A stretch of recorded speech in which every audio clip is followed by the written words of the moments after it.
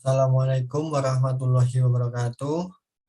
Kami dari kelompok 6 akan mempresentasikan hasil kerja kami, yaitu mengenai rekrutmen, seleksi, dan penempatan tenaga kerja pada PT Jarum di Temanggung dan Kudus. Kami yang beranggotakan dua orang, yang pertama saya sendiri, Ahmad Fauzi, NIM 1221918, dan rekan saya Muhammad Yahya Abdurrahim, NIM 1221938. Baik, saya akan menjelaskan sejarah dan gambaran umum perusahaan. PT Jarum yaitu perusahaan produksi rokok yang berasal dari Kudus dan memiliki mitra suplai bahan mentah dari Kabupaten Temanggung. PT Jarum berawal saat Aiwi Kwan membeli usaha kecil dalam bidang kretek bernama Jarum Gramofon pada tahun 1951 dan mengubah namanya menjadi Jarum. Pada tahun 1969, Jarum mulai mengekspor produk rokok ke luar negeri. Kemudian pada tanggal 21 April 1970, Jarum memperkenalkan Jarum Filter, merek pertama yang diproduksi menggunakan mesin. Kabupaten Temanggung adalah salah satu mitra PT Jarum di sektor perkebunan yang menyokong kebutuhan tembakau di PT Jarum.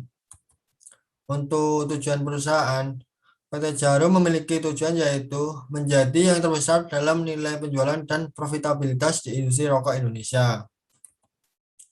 Visi dan misi perusahaan. Visi PT Jarum yaitu menjadi kepemimpinan dalam pasar dengan menghasilkan produk-produk yang berkualitas tinggi secara konsisten dan inovatif untuk memuaskan konsumen. Untuk misinya, memuaskan seluruh kebutuhan rokok kepada para perokok. Untuk deskripsi geografis perusahaan, PT Jarum terletak di Kabupaten Kudus, Provinsi Jawa Tengah. Letak Kabupaten Kudus antara 110 derajat 36 dan 110 derajat 50 BD dan antara 6 derajat 51 dan 7 derajat 16 LS. Mengapa pembangunan terletak di Kabupaten Kudus? Karena industri dibangun di kota Mejobo adalah sikap masyarakat yang mau menerima keberadaan industri dibangun di Kecamatan Mejobo. Dengan adanya industri-industri, maka akan membuka peluang kerja bagi masyarakat di daerah itu dan daerah sekitarnya, serta akan mendorong industri-industri lainnya untuk berkembang.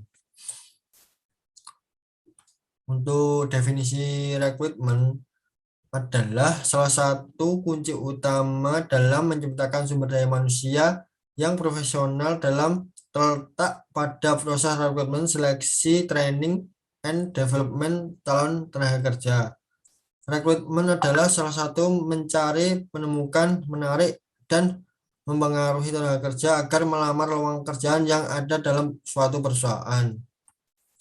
Untuk definisi seleksi, seleksi merupakan kegiatan lanjutan dari rekrutmen yang sudah dilakukan sebelumnya. Artinya hasil rekrutmen yang dilakukan perusahaan kemudian dipilih untuk menentukan mana yang layak atau memenuhi kualitas yang diharapkan. Tujuan seleksi adalah untuk mendapatkan karyawan yang paling tepat untuk memangku suatu jabatan tertentu.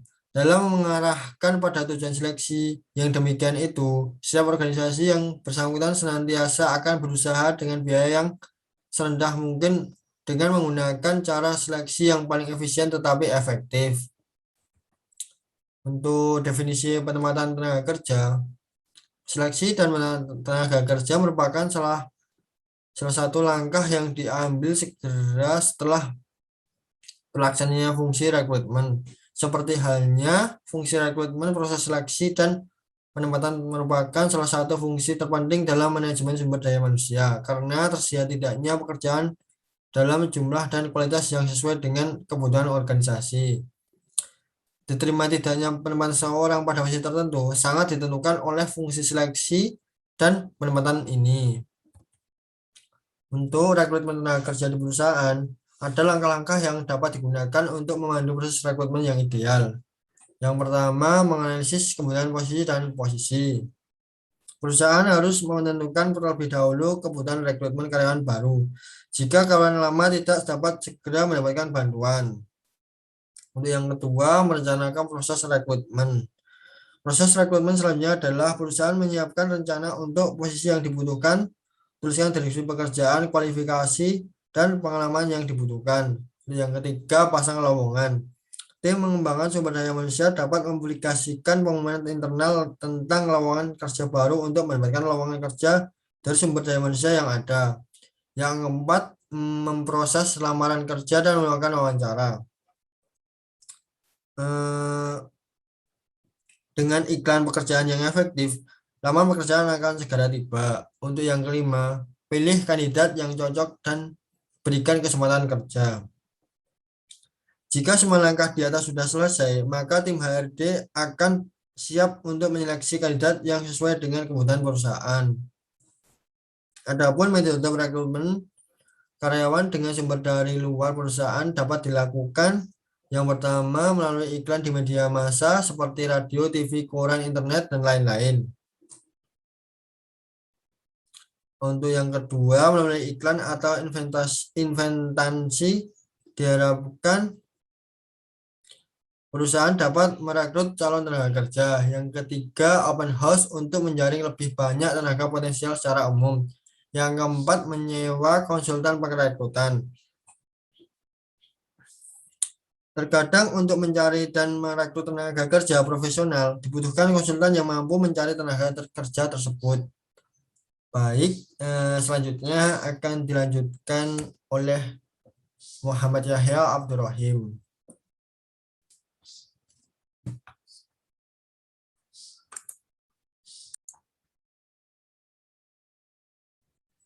Selanjutnya akan dijelaskan oleh saya, Muhammad Yahya Abdurrahim, NIM 122190138 mengenai seleksi tenaga kerja di perusahaan. Seleksi merupakan kegiatan lanjutan dari rekrutmen yang sudah dilakukan sebelumnya.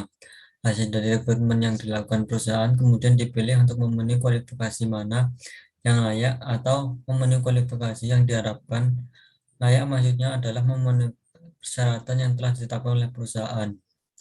Berikut adalah beberapa tujuan seleksi karyawan diantaranya yaitu yang pertama, untuk mendapatkan karyawan yang disiplin, yang kedua, mendapatkan karyawan yang mau bekerja keras, yang ketiga, memperoleh karyawan yang dapat bertanggung jawab dalam bekerja, yang keempat, mendapatkan karyawan yang cerdas, yang kelima, mendapatkan karyawan yang inovatif. Untuk langkah-langkah proses seleksi adalah sebagai berikut. Yang pertama, proses penyeleksian surat lamaran. Proses penyeleksian surat lamaran ini bertujuan untuk memilih surat lamaran yang memenuhi persyaratan dan tidak memenuhi persyaratan. Untuk yang kedua, mengisi belangko pelamaran. Untuk mengisi belangko lamaran, pelamar yang memenuhi persyaratan akan dihubungi atau dipanggil dan harus mengisi formulir atau belangko lamaran yang disediakan oleh perusahaan. Yang ketiga yaitu memeriksa referensi pelamar. Untuk memeriksa referensi pelamar, perusahaan akan meneliti siapa referensi pelamar untuk memberikan informasi tentang sikap, perilaku, dan pengalaman kerja dan beberapa hal yang dianggap penting dari pelamar. Yang keempat ada wawancara pendahuluan. Wawancara pendahuluan ini biasanya dilakukan oleh tim penyeleksi perusahaan dengan mengadakan wawancara yang formal dan secara mendalam. Yang kelima ada tes penerima. Tes penerima ini merupakan tes untuk mencari data karyawan yang sesuai dengan standarisasi jabatan. Untuk yang keenam ada tes psikologi. Tes psikologi ini bertujuan untuk menguji kemampuan mental pelamar apakah sudah sesuai dengan yang diinginkan oleh perusahaan. Yang ketujuh ada tes kesehatan. Tes kesehatan merupakan pemeriksaan fisik pelamar apakah telah sesuai dengan spesifikasi jabatan yang ditawarkan. Untuk yang kedelapan, wawancara akhir. Wawancara akhir ini dilakukan oleh pengurus atau atasan langsung untuk mengetahui secara mendalam tentang kemampuan pelamar. Dan yang terakhir, kesembilan ada keputusan. Proses seleksi yang terakhir ini, atasan akan memutuskan diterima atau ditolaknya pelamar setelah mendapatkan beberapa data dari proses seleksi tersebut.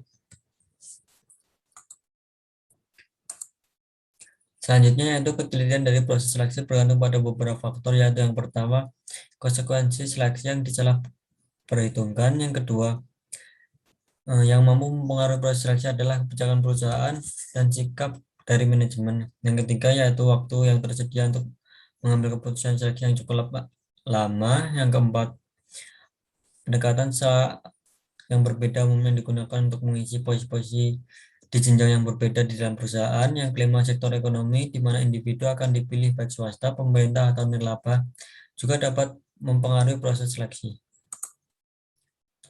Dan selanjutnya ada penempatan tenaga kerja di perusahaan. Untuk penempatan kerja adalah proses pemberian tugas pekerja kepada tenaga kerja yang lulus seleksi untuk melaksanakan tugas yang diberikan sesuai dengan ruang lingkup yang telah ditetapkan, serta mampu mempertanggungjawabkan segala risiko dan kemampuan-kemampuan yang terjadi atas tugas dan pekerjaan, wewenang serta tanggung jawab.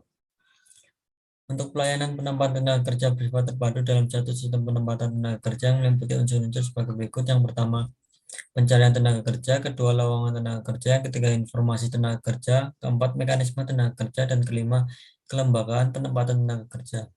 Perusahaan harus selalu berusaha untuk memperoleh dan menempatkan karyawan yang berkualitas pada setiap jajaran dan jabatan dalam pekerjaan, supaya pekerjaan dapat terlaksana dengan bagus dan karyawan dapat berdaya guna serta berhasil guna.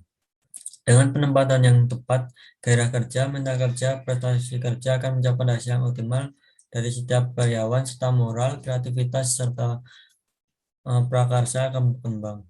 Untuk proses penempatannya sebagai berikut. Yang pertama ada promosi.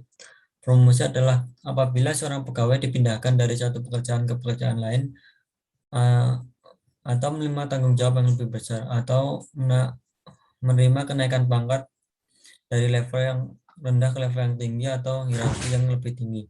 Untuk yang kedua ada transfer. Transfer adalah pemindahan pegawai dari satu jabatan ke jabatan yang lain yang memiliki level atau tingkatan yang sama. Untuk yang ketiga ada demosi, yaitu bahwa seorang karyawan akan dipertimbangkan mengalami penurunan pangkat atau jabatan karena tanggung jawab dan pekerjaannya yang kurang baik. Untuk yang selanjutnya ada organisasi dan manajemen perusahaan di PT Jarum. Untuk struktur organisasi pada perusahaan PT Jarum dapat dilihat pada layar. Yang pertama dipimpin oleh Chief Executive Officer, yaitu pemilik dari perusahaan, dibantu oleh Strategy Affair, yaitu yang bertanggung jawab untuk penyusunan program-program yang ada dalam perusahaan. Di bawah CEO ada Chief Operating Officer, yaitu orang yang bertanggung jawab terhadap pengawasan kinerja dari setiap karyawan. Di bawahnya adalah public, yaitu orang yang bertanggung jawab mengenai komunikasi di eksternal atau public. Ada SGM, orang yang bertanggung jawab mengenai